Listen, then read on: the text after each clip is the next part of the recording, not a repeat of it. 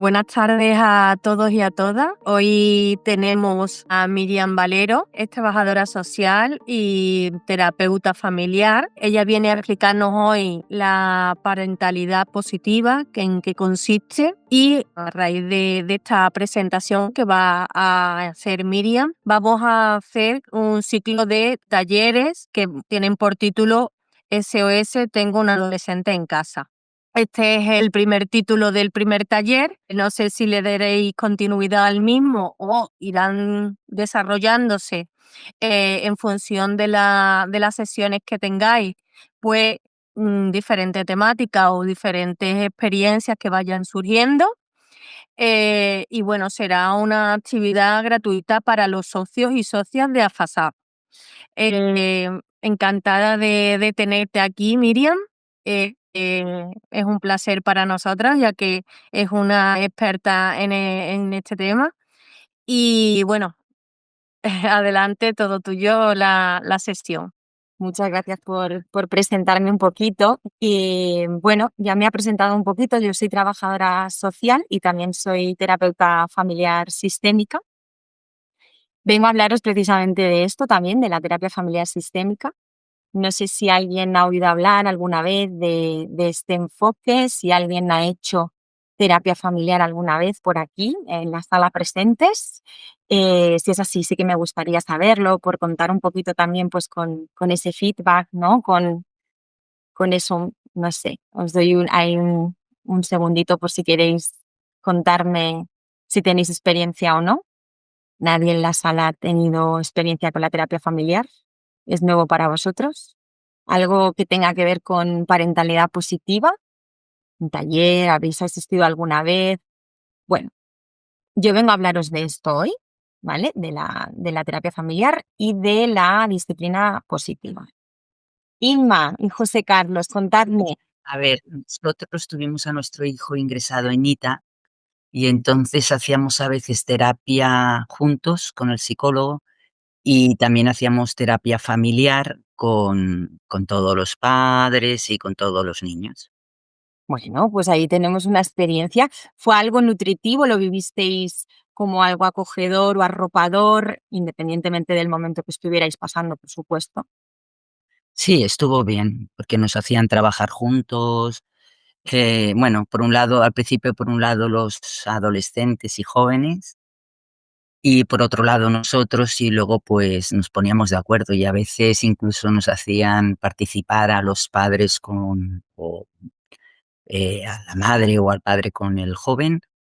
Digo joven porque mi hijo ya tiene 26 años, entonces tenía 17. Y hacer alguna cosa, una pequeña representación, alguna cosilla. Es que hace muchos años, pero recuerdo que sí, que estaba bien. Qué bien que puedas contarnos eso, Inma. Gracias, porque, bueno, sí, hoy vamos a hablar, seguramente que en algún momento algo te resonará del taller, de la charla de hoy.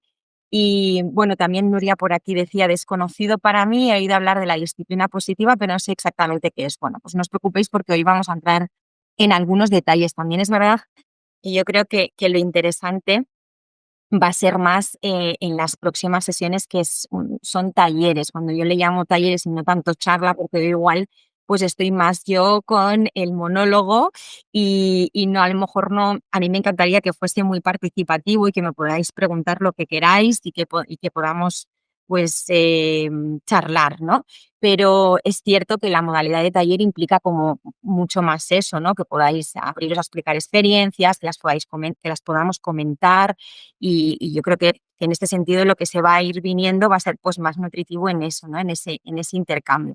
Pero hoy sí que os quiero poner como un poquito en contexto para que conozcáis la terapia familiar sistémica y el enfoque y el modelo de trabajo y demás, porque creo que es una herramienta muy útil y también la disciplina positiva porque va a ser como el pilar o el hilo conductor de los siguientes talleres que vamos a hacer, ¿no? Que el siguiente, como decía María,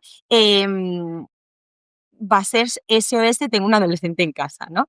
Porque es verdad que a veces todos los padres conectamos con la adolescencia con el SOS, ¿no? Entonces, bueno, venga, pues va. ¿Qué es la intervención familiar sistémica y por qué es útil la parentalidad positiva? Vamos a ello. A ver, la terapia familiar sistémica. Lo primero es que os tengo que confesar que para mí la terapia familiar es una gran pasión. Es un enfoque que en mi experiencia profesional, yo estuve trabajando, yo vivo en Cataluña, en la parte del Pirineo, y estuve trabajando unos años en un EAIA. Yo no sé si sabéis bien muchos lo que es, pero es un equipo aquí en Cataluña es un equipo de valoración de tutelas, ¿vale? Y trabajamos con familias de acogida, con familias de adopción y entre otras medidas de protección que tiene la Generalitat, ¿no?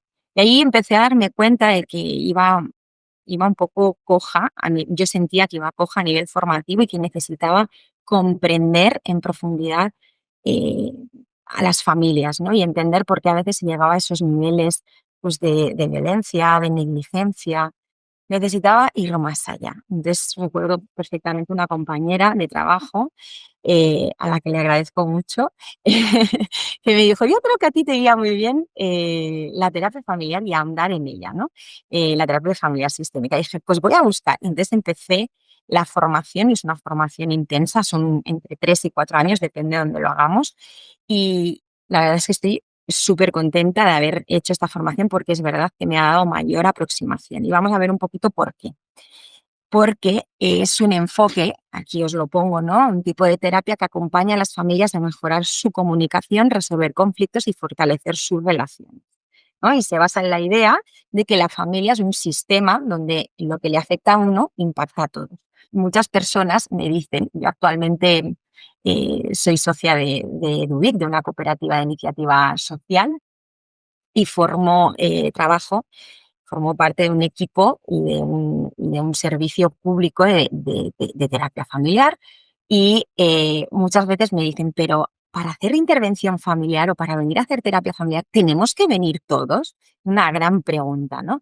Y yo siempre explico, no hace falta. ¿Por qué? Pues en esta definición lo digo, ¿no? Pues porque en realidad, aunque venga un miembro de la familia, se entiende que si un miembro trabaja, todo lo que se va a mover todo el sistema familiar hacia un lugar, hacia otro, o a veces más o a veces menos, pero se mueve, se mueve.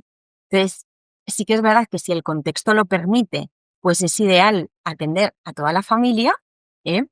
Pero si a veces el contexto no lo permite, también podemos llegar a trabajar desde la terapia familiar sistémica, es decir, trabajando a nivel relacional, ahora entraré más en detalle, pero con un miembro, no hace falta que vengan todos, ¿vale? Entonces, bueno, esta es la gran pregunta que se me hace mucho cuando estoy ahí en el servicio público donde trabajo. Entonces, vamos a entrar un poquito, sin querer ponerme muy teórica, en qué implica, ¿no?, este modelo de terapia familiar. Y de alguna manera es que hay una comprensión relacional. ¿Qué quiere decir esto, no? Pues que realmente lo que nos está pasando a uno mismo está afectando a toda la familia, ¿no? Y empezamos a entender todo así, ¿no? Desde esta comprensión relacional podemos irnos a entender que todo está en jaque en la relación, ¿no? Entonces, por aquí pone, ¿no? Toda conducta es comunicación, ¿no? Que le está pasando a un miembro, si ahora últimamente, pues no sé, ¿no? Estamos pensando en cambiar de trabajo, pues de alguna manera eso se va a traducir en comunicación, pues a veces en estrés o en estar un poco más intranquilos o no, o quizás estamos súper tranquilos, no sé, depende de cada uno, ¿no? Cómo afronte el cambio, pero eso va a afectar a todos los miembros, ¿no? Es como una danza, como una danza. Entonces, la persona crece en un sistema de miembros interdependientes y un cambio en uno afecta a todos, ¿no? Entonces, em, desde este enfoque, entendiendo a la familia, se entiende al individuo. O sea, fijaros que vamos como al revés, ¿no? A veces hay servicios terapéuticos que atienden solo al individuo y a lo que le pasa al individuo, y desde este enfoque se entendería a la familia para entender al individuo. Es como un poco al revés. Entonces, no se considera la patología o el problema como un conflicto del individuo, sino como una disfunción de la relación, ¿no? O sea, se pone la mirada en lo que eso puede estar provocando a nivel relacional en la familia, ¿no? Ahora os pondré ejemplos y yo creo que lo entenderéis un poquito mejor, ¿no? Por ejemplo, el síntoma, ¿no? Y cuando hablamos de un síntoma podría ser deciros, ¿no? Una conducta desafiante. Esto os va a sonar seguro un montón, ¿no? Como esos enfrentamientos que empiezan en la adolescencia, ¿no? Y ese saltarse los límites, ¿no? Empezar a saltarse los límites de una manera como, vamos a poner en este ejemplo, que sea algo como muy agudo, ¿no?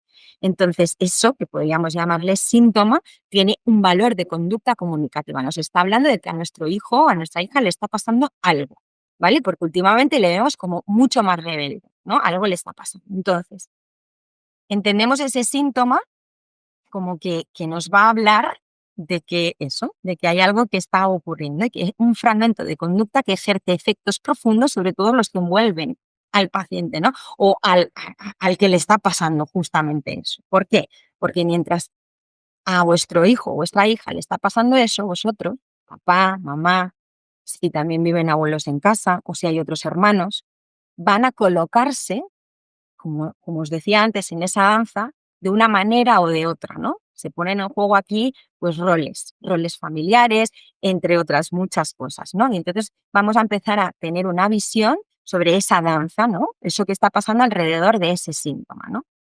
Muchas veces desde este modelo, desde este enfoque, se entiende que el síntoma tiene un valor, tiene una función que, paradójicamente, a veces puede ser que quiera mantener el sistema en equilibrio. Imaginaros, o sea, pero eso ¿cómo puede ser? ¿Cómo me vas a decir? Yo recuerdo que una familia me decía, hablábamos de que un caso donde había un papá estábamos trabajando el alcoholismo del papá.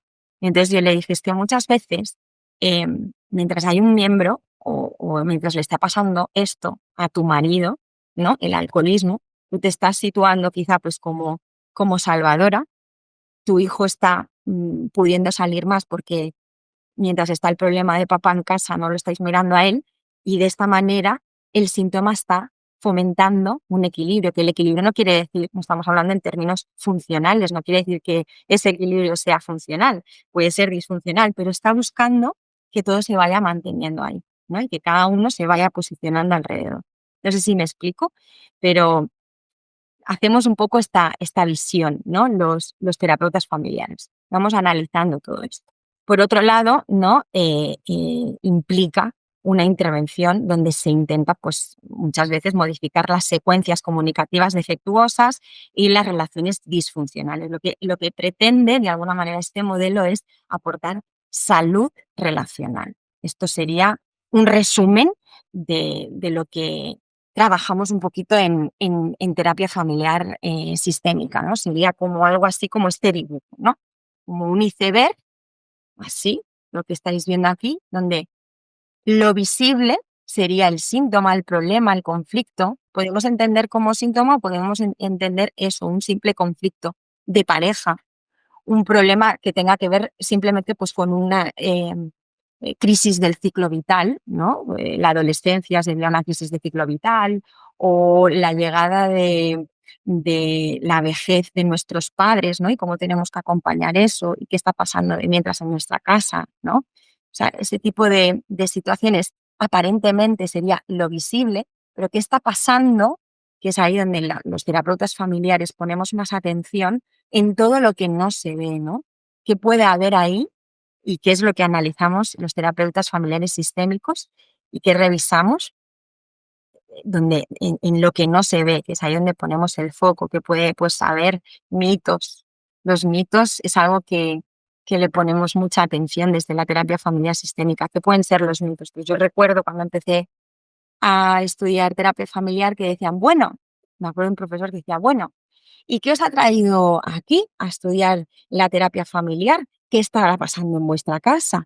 Y yo me acuerdo que yo decía, pero qué raro, pues es que en mi familia todo está bien, pues yo no sé por qué me ha dado por estudiar esto, pues porque siempre me ha gustado estar en contacto pues con las dificultades y ayudar, ¿no? Pero me resultaba como muy raro porque el resto de compañeros decían, eso sí, pues yo la verdad es que no me extraña porque he tenido un montón de dificultades y de tal, y entonces pues al final he acabado estudiando esto, ¿no? Y yo decía, pues qué raro, ¿no? Por mi parte, yo no lo conocía, pero habría un gran mito que se estudia en terapia familiar, que es el mito de la armonía. Yo tenía ese gran mito ahí en mi historia de vida, donde yo decía, en mi casa, yo no entiendo, pues yo en mi casa todo está bien.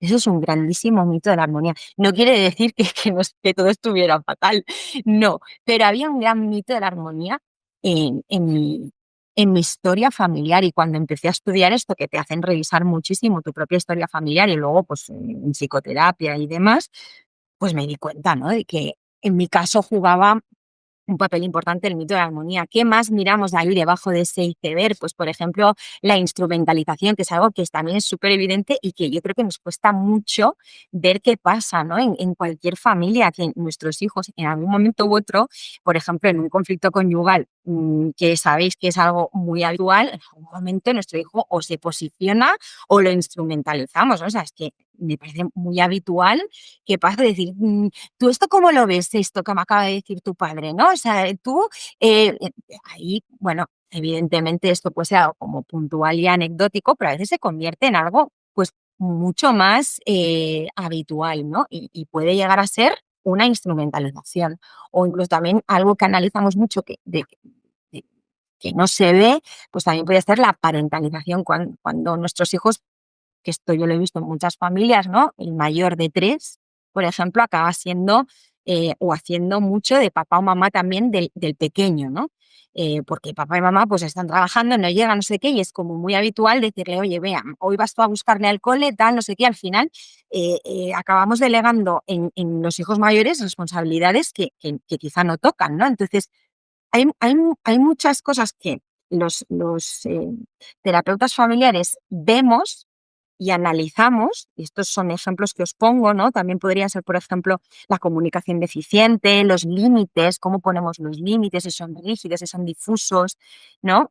Em, las reglas secretas, las reglas explícitas, las implícitas, todo eso empieza ahí a hacer como una especie de caldo de cultivo que está presente en toda esa interacción familiar, y que nosotros, los terapeutas, le ponemos mucha atención para ver qué papel juega todo eso que no se ve en el síntoma, problema o conflicto. ¿Ok?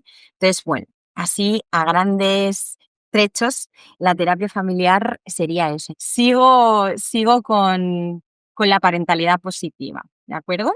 Sobre todo lo que a mí me interesa de la parentalidad positiva, y yo creo que es un término que está bastante de moda, em, pero lo importante es para qué puede servir la parentalidad positiva. Y yo creo que lo vais a ver más desde la experiencia que desde la teoría, ¿no? Pero hoy, como nos toca hablar más desde el punto de vista teórico, pues voy a entrar ahí. Pero creo que lo chulo es la experiencia de esto, ¿no? Los talleres. Entonces, bueno, voy un poquito a definir la parentalidad positiva como un comportamiento parental mental que asegura la satisfacción de las principales necesidades de los niños y niñas. Seguro que en vuestro caso ya adolescentes o incluso hijos e hijas también podríamos decir, es decir, su desarrollo y capacitación sin violencia, proporcionándoles el reconocimiento y la orientación necesaria que lleva consigo la fijación de límites. Fijaros que límites está puesto en negrita por algo. Esta disciplina incide mucho en los límites, en cómo ponerlos, en por qué son necesarios. Se hace mucha pedagogía del límite, me parece muy bien, porque, bueno, porque es súper importante hacia nosotros mismos y hacia lo que le queremos enseñar a nuestros hijos, ¿no?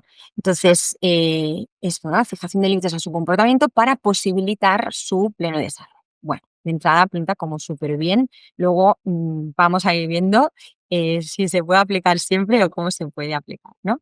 ¿Qué objetivos tendría la parentalidad positiva? Pues apoyar a las familias, entonces se hacen programas de educación parental, que es esto que estamos haciendo aquí, ¿no?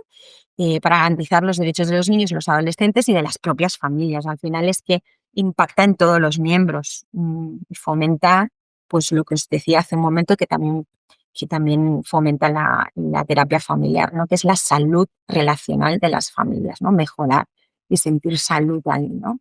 Y otro objetivo sería reforzar a las comunidades para que presten los servicios adecuados a las familias, ¿no? Que, bueno, pues aquí tenéis un ejemplo de lo que está pasando hoy, ¿no? Entonces, esto está pasando ya en muchos servicios y por suerte hay como un impacto, ¿no? Porque parece como un trabajo de hormiguita que se va hablando y va entrando y bueno, pues tiene unos mensajes de fondo, la parentalidad positiva, muy interesantes y bueno, vamos a entrar un poquito en eso, ¿no? En la importancia del contexto, porque es verdad que la parentalidad positiva no siempre, y aquí me paro, ¿no? Un poquito, porque no siempre podemos ejercerla. O sea, en todos los talleres ya veréis que muchas veces es como paciencia, seguridad, firmeza. No se habla mucho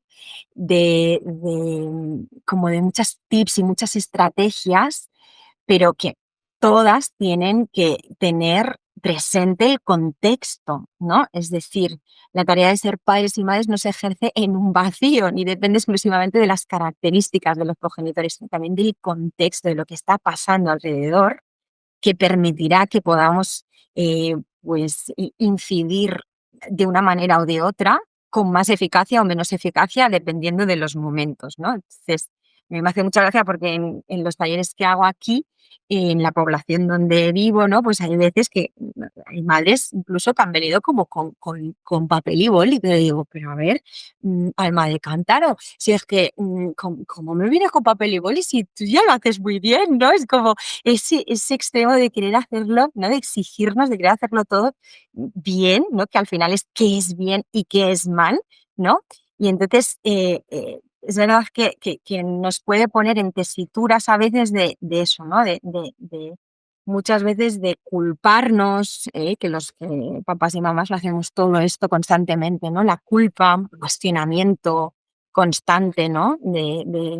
Entonces, ojo, y por eso incido mucho aquí, porque por mucho que hablemos de tips, estrategias y de parentalidad positiva, siempre hay que tener presente el contexto, ¿no? Y que no hay dos tipos de padres o madres, los buenos y los malos, sino múltiples ecologías en las que los padres y las madres construyen su tarea con diversos grados de dificultad, ¿no? Y vosotros y vosotras supongo que me entendéis perfectamente cuando hablamos de grados de dificultad, ¿no? Porque bueno, no siempre tenemos las características propicias para empezar a hablar de parentalidad positiva, ¿no? Entonces, bueno, quería incidir aquí un poquito en esto. Entonces, bueno, ¿qué condicionantes pueden influir en todo esto que os digo, ¿no? En todo en el contexto y en el modelo de parentalidad positiva? Bien, pues la historia familiar y el estado de salud mental y física. Pues no es lo mismo un papá y una mamá y pues que tengan una historia de vida compleja, pues porque han tenido ellos mismos un papá y una mamá negligentes o ha habido abandono familiar o han habido muertes tempranas y entonces nos ha tocado pues ese tipo de vida en el que pues hemos diseñado muchas estrategias y mucha resiliencia para tirar hacia adelante, pero que nos ha ido mermando muchas veces pues el estado de salud mental y también ¿por qué no? El físico, ¿no? Y bueno, pues son condicionantes que hay que tener muy presentes de cara a cómo estamos, ¿no? Puede ser que hayamos tenido una historia familiar pues idílica, pero que hayamos tenido de repente un accidente laboral y tengamos que dejar de trabajar de manera temprana, cuando a lo mejor no toca, ¿no? Y recibir pues una prestación de invalidez y que esto pues esté también ahí jugando bueno, en el estado de salud mental y físico, ¿no? Y es algo sobrevenido, no es tanto en nuestra historia familiar, ¿no? Pero bueno, os pongo ejemplos para que podáis entender qué más condicionantes pueden haber en las relaciones de pareja, ¿no? La coparentalidad, la calidad de las relaciones conyugales, a veces pues juntos o a veces separados, ¿no? Pero todo esto influye, ¿no? La implicación, el grado de acuerdo en la educación, que os voy a contar, la corresponsabilidad, los conflictos que puedan haber, la manera en que se resuelven esos conflictos, todo eso está ahí condicionando. Las redes de apoyo el uso y satisfacción con servicios sanitarios, lo sabéis perfectamente, ¿no? Los centros educativos, la familia extensa, si contamos con ella o no, si tenemos red de amigos, si tenemos conciliación con el trabajo, todo esto influye muchísimo en poder ejercer la parentalidad positiva desde un punto de vista o desde otro. También importante la calidad de la comunidad, o sea, la seguridad que pueda haber. Pues no es lo mismo criar pues, en un pueblito que en una ciudad, por ejemplo, o bueno, ya no me hablo de países, pero me entendéis, ¿no? La seguridad, la cohesión, el vecindario, con recursos para la familia, el ocio familiar, la conciencia de protección a la infancia que pueda haber, ¿no? Entonces, bueno, todo esto ayuda e influye. Les vamos aquí un poquito para vosotros a entrar ya en materia, en por qué puede ser útil la parentalidad positiva en niños y niñas. He puesto niños y niñas porque creo que es más fácil que podáis entender de cara a cuando hablamos de sintomatología y demás, pero podéis entenderlo con adolescentes y con adultos también, ¿ok? O sea, lo he puesto ahí para que sea más fácil de entender, pero podemos extrapolarlo a adultos también, ¿ok? Entonces, bueno, por un lado fomenta la estructura y la previsibilidad, lo veremos en los talleres, ¿no? O sea, hablaremos, en el próximo taller hablamos de adolescentes, SOS, tengo un adolescente en casa, vamos a hablar de esa etapa, de qué les está pasando a los adolescentes en esa etapa y evidentemente hablaremos de qué les pasa a los adolescentes con SAF, o sea, iremos haciendo la puntualización también, ¿no? O sea, que por un lado, pues esa etapa y su complejidad y por otro lado, el SAF y su complejidad en esa etapa, ¿no? O sea, iremos también hablando un poquito, ¿no? Pero bueno, los niños y niñas o adolescentes o adultos con SAF suelen tener dificultades con el control de impulsos, la memoria y la regulación emocional. Entonces, la parentalidad positiva, basada en rutinas consistentes y límites claros, que como os digo hace un momento, no siempre es posible. No siempre es posible poner límites claros, no siempre estamos en condiciones para poder poner esos límites, pues porque vamos sobresaturados, porque tenemos estrés, porque hoy hemos tenido un mal día o porque, pues lo que os decía antes, pues porque hay condicionantes como crisis del ciclo vital, ¿no? Que nuestros padres están en una etapa de vejez y tenemos también que asistirles, pues porque o tenemos una hospitalización y ahora resulta pues que llevo 4 noches durmiendo fatal y pues no me sale poner el límite claro, ¿no? Entonces, pues bueno, de esto es de lo que quiero que podamos hablar, de cuando no se puede, ¿no? Pero sí que hay que, bueno, tener presente como un decálogo de buenas intenciones y propósitos y luego ver, ¿no? Cómo se nos va dando. Entonces, bueno, proporciona herramientas, ¿no? Para un entorno estable y predecible que pueda reducir la ansiedad y mejorar su comportamiento, ¿no? De entrada, podríamos hablar de que la intención podría ser eso, ¿no? Que fomenta estructura y previsibilidad. Algo que también puede ser muy útil desde la parentalidad positiva es que refuerza el vínculo y la autoestima, ¿no? Este enfoque se basa en la comunicación afectiva, trabajaremos mucho esto, ¿no? En cómo poder decir las cosas, y de qué manera, ¿no? Y sobre todo eso, con adolescentes, que hay tanta impulsividad ya implícita en la etapa, ¿no? Porque es así, los adolescentes son impulsivos, empiezan a hacer cosas que de repente como que, ostras, que se encierran en el baño, ¿no? Es las familias últimamente dices que se encierran en el baño a hacerse TikToks, cada vez que no entiendo nada, y entonces encima le echo la bronca porque estamos esperando para que venga a cenar y encima nos contesta mal y encima, o sea, la culpa es como nuestra, ¿no? Entonces, como, ¿pero qué está pasando, no? Entonces, bueno, pues aquí intentamos o vamos a practicar estrategias de comunicación afectiva, ¿no? De como que le llegue el límite, porque el límite tiene que estar, tiene que entender que hay que cenar a una hora, ¿no? O que hay la norma que sea que esté imperando en casa en ese momento, se tiene que entender, tiene que quizá haber pues una consecuencia, pero que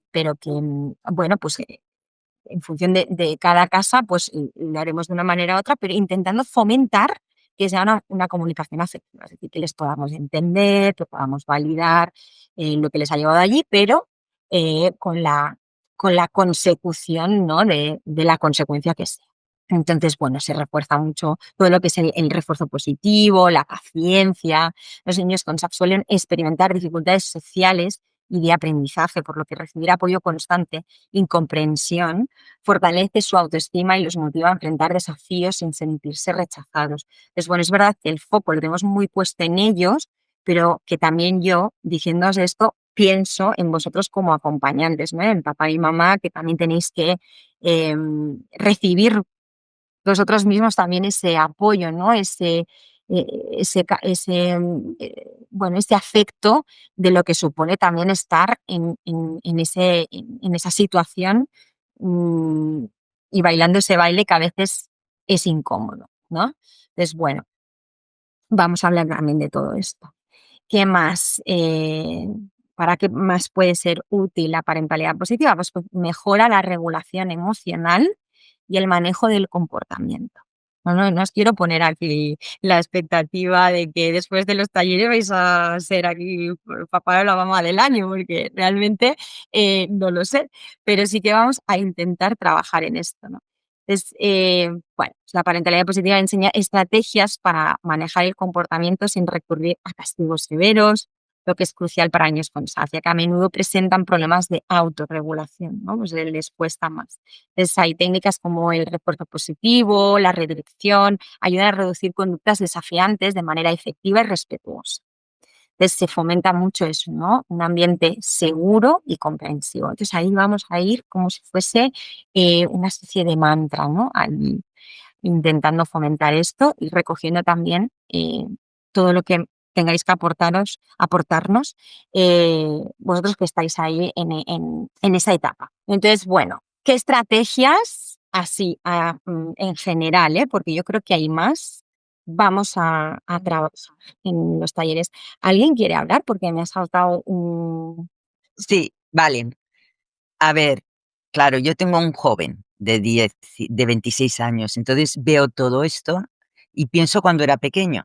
Y entonces muchas de estas Mm, cosas, pues, ya, pues, las hemos hecho con más empatía, con menos, en un momento o en otro, y refuerzo positivo, intentar, que cumpla sus normas, también, pues, con alguna, no castigo, pero con algún, pues esto, pues, con algún, pues quitarle alguna cosa, pues que no, es que ahora no me sale, alguna cosa, pues que ya tiene por norma, pues decir, pues ahora te quedas sin esto porque tal o porque cual, ¿no? Pero si yo ahora pienso en un joven de 26 años o de 20 o de 22 que tiene mucha gente, ya no somos los papás y mamás, que tal y cual, sino los padres que ya tienen otra relación con ellos. Mi hijo de 26 años yo no le puedo poner una norma o no le puedo castigar, y menos teniendo SAF. Y siendo como es, porque es un pedazo de pan, pero no ve, o sea, es rígido totalmente y es otra manera de hacer. O sea, yo he llegado a un momento que pienso que mi papel es más aceptarle, hablarle, pues, lo mejor que pueda mientras me escucha, el día que me escucha, y el que no me escucha, aceptar que no me escucha, irme, porque está en su habitación siempre, el día que consigo que salga un ratito y tal, suerte que trabaja. Entonces, que lo veo mucho más, pues eso, niños, niñas y quizá adolescentes. Cuando ya son tan mayores sí que habrá muchas cosas de las que dices, ¿no? La manera de comunicarte más positiva, con más paciencia, con más tal, pero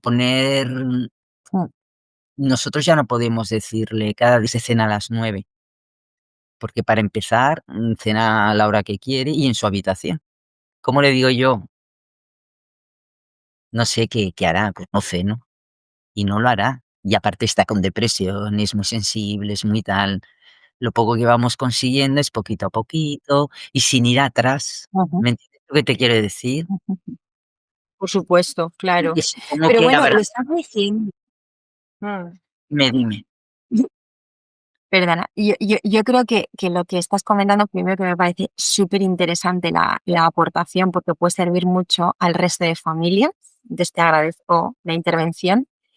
Luego, por otro lado, yo creo que es muy útil. Yo creo que tú ya has cogido un poco algún tipo, alguna estrategia, ¿no? Lo que tú comentas, la asertividad, la empatía, el refuerzo positivo, todo esto ya lo has ido cazando, y con lo cual creo que puede irte muy bien.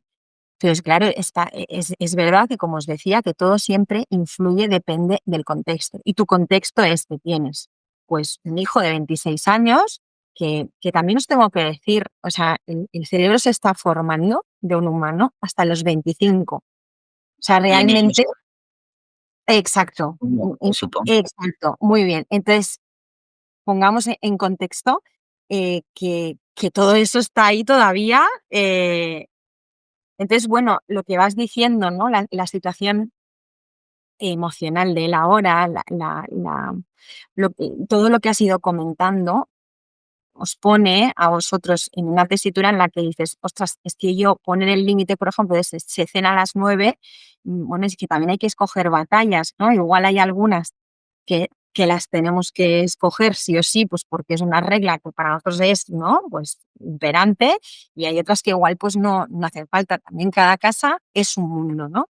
Y vosotros creo que estáis encontrando la manera de cómo ir interactuando con vuestro hijo y seguro que sois muchísimo más expertos en vuestro hijo que yo. Pero yo creo que sí que perdón, ¿me decías? No, no, no te decía, me he reído.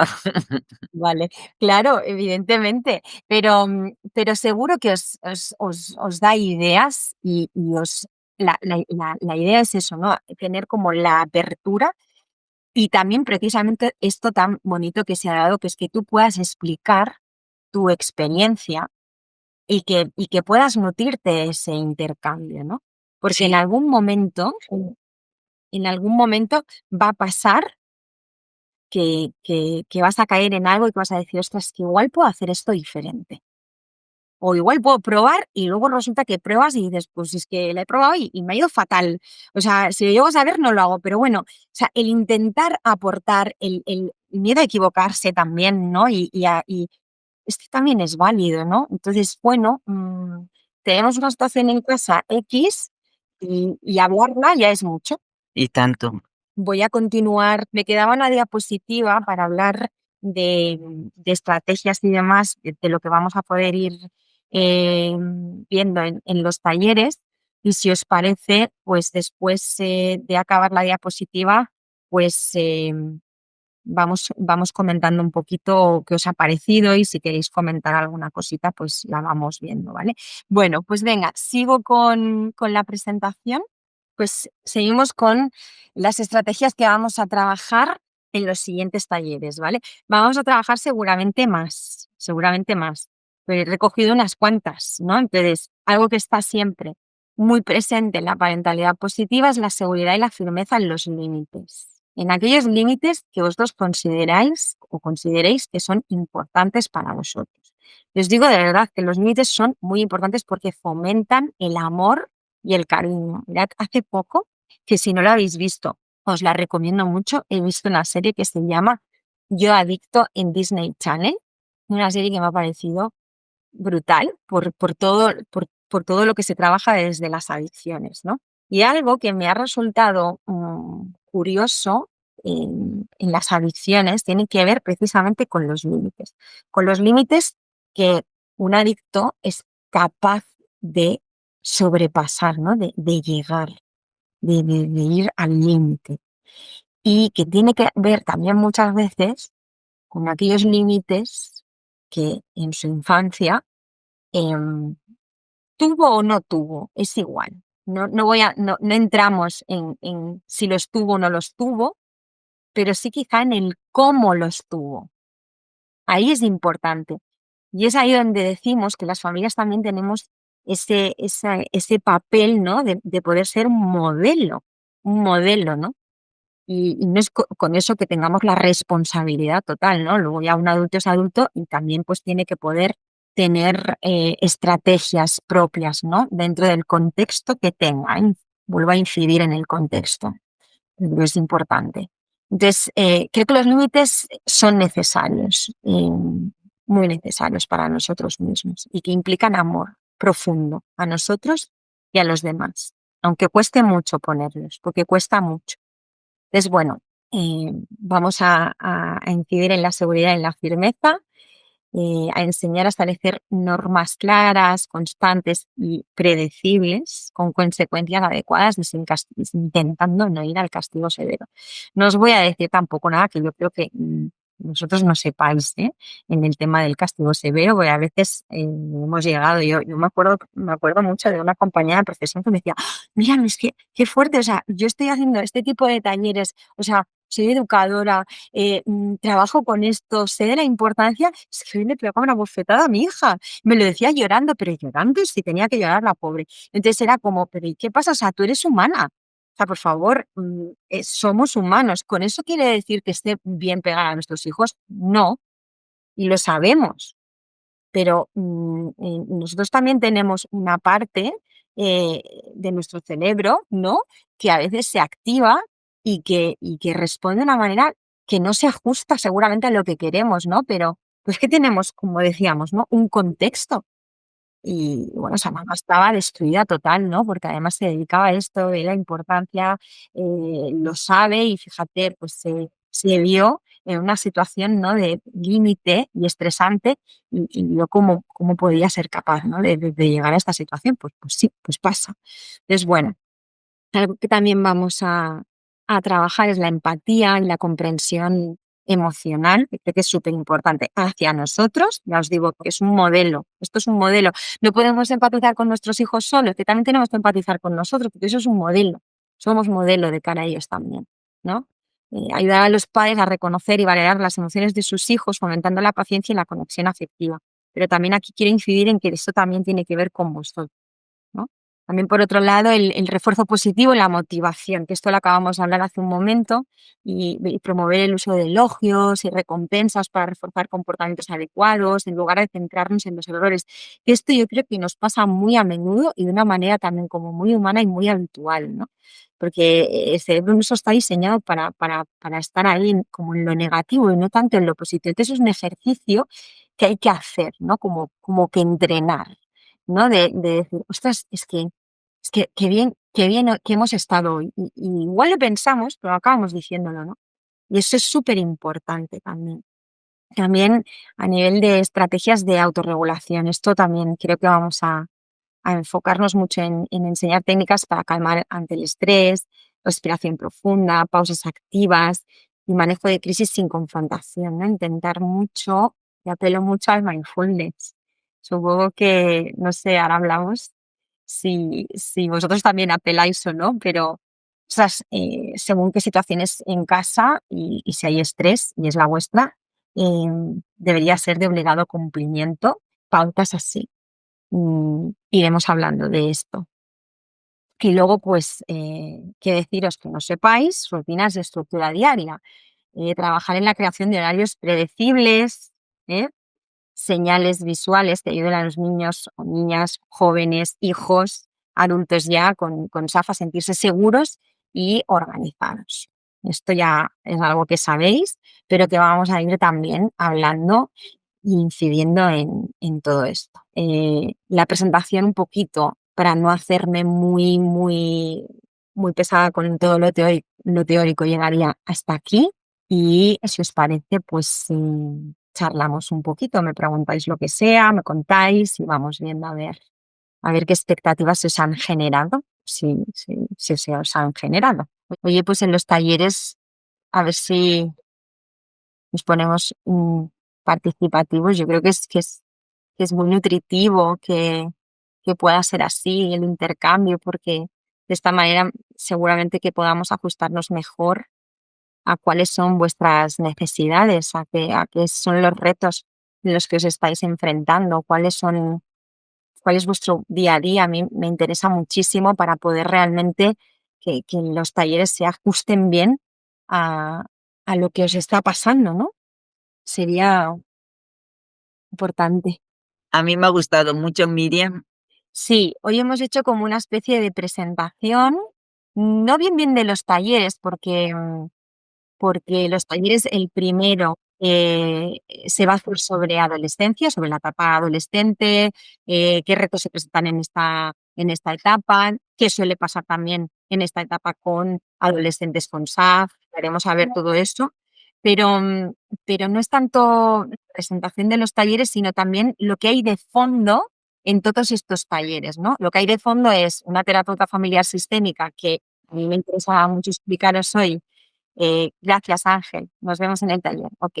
Me interesaba mucho explicaros qué es la terapia familiar y por qué os puede ayudar la terapia familiar, por qué puede ser positiva para vosotros la terapia, ¿no? ¿Qué es ese enfoque, en qué nos fijamos los terapeutas, de qué manera trabajamos, qué es esto del síntoma, ¿no? Y qué valor tiene en la conducta el síntoma o el problema o el conflicto que esté habiendo, ¿no? Y en qué nos fijamos, cómo trabajamos eso.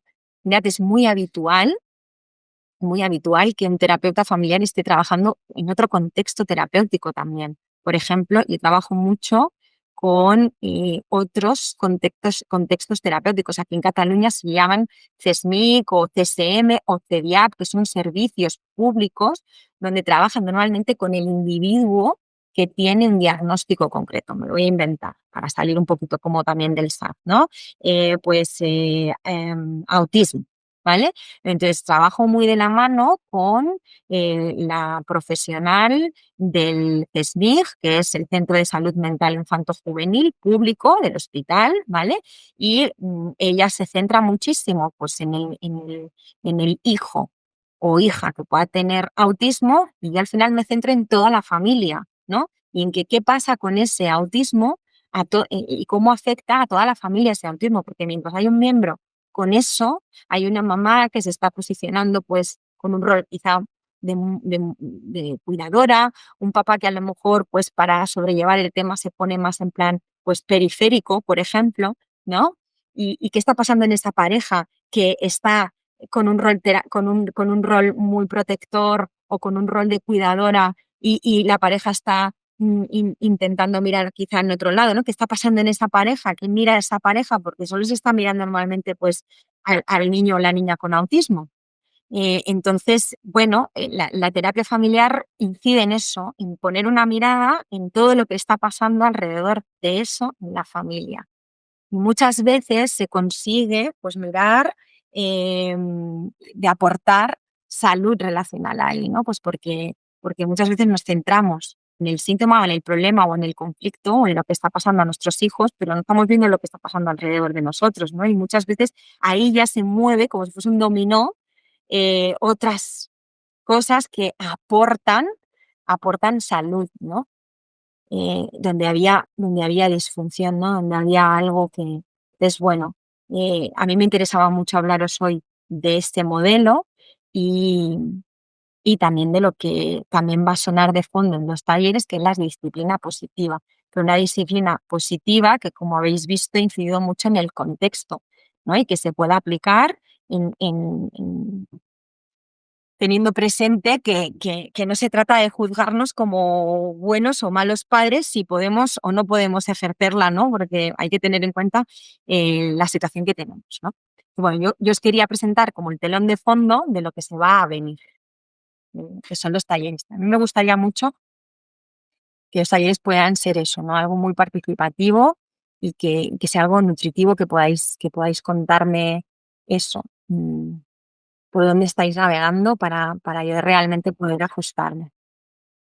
El modelo es interesante. Pues sí, Juana, la verdad es que sí. Es bello poder trabajar desde ese prisma. Se verá cómo puede actuar un miembro de la familia ampliada. ¿A qué te refieres con familia ampliada? A ver si te entiendo bien. O sea, familia extensa, ¿no? O sea, abuelos, una tía. Sí, claro. Es que nosotros tenemos en cuenta a todo el sistema familiar y si hay un miembro de la familia muy activo, que está muy presente en la familia, por supuesto, forma parte del sistema de manera activa y con lo cual hay que tenerlo en cuenta, claro.